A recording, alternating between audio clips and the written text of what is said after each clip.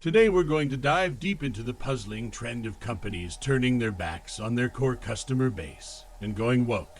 This often leads to a dip in their market valuation. So, why are companies like Bud Light, Target, North Face, and Anheuser-Busch doing this? Let's get to the bottom of it.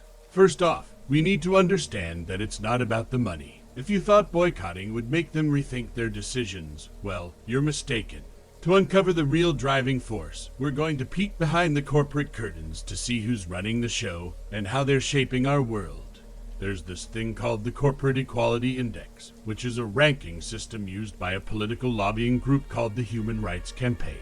Basically, they measure a company's commitment to a diverse and inclusive workplace, specifically around LGBTQ+ issues. Now, you might think, what's wrong with that? Well, it's a political tool disguised as a human rights initiative, and it's creating a toxic work culture.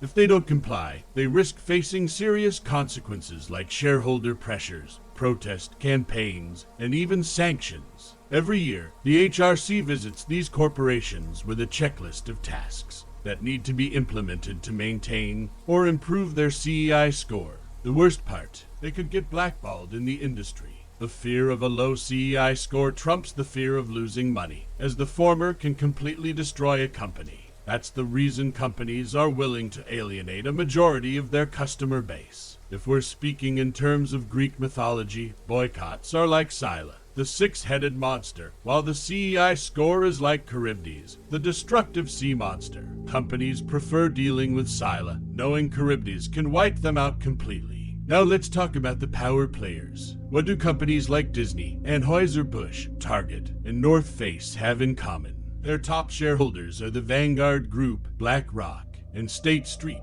These investment firms hold enormous influence and use various strategies like proxy voting, shareholder activism, strategic alliances, and interlocking directorates to force companies to bend to their will. Interestingly, most of us are indirectly funding these firms through our pension funds, endowments, foundations, and individual investments. When they advocate for protection and rights, they're essentially seeking immunity against skepticism and are not really focused on human rights. The end goal is to set up a social credit score system that can control every aspect of your existence.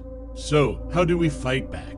Boycotts won't cut it. Instead, we need to create parallel systems that refuse to adhere to their rules. Bitcoin is one way to do this, offering freedom to transact. But there are other options too. Take the job board redballoon.org for example, which values freedom, hard work, and merit. We need more of these common sense, freedom-based businesses to push back against the social credit score system. In the end, it's up to you and me to turn the tide. By supporting these businesses, we're using our economic power to counteract this corrupt system. Remember, you don't have to move to a ranch in the middle of nowhere to escape. We can still make a difference right where we are, so let's get to work.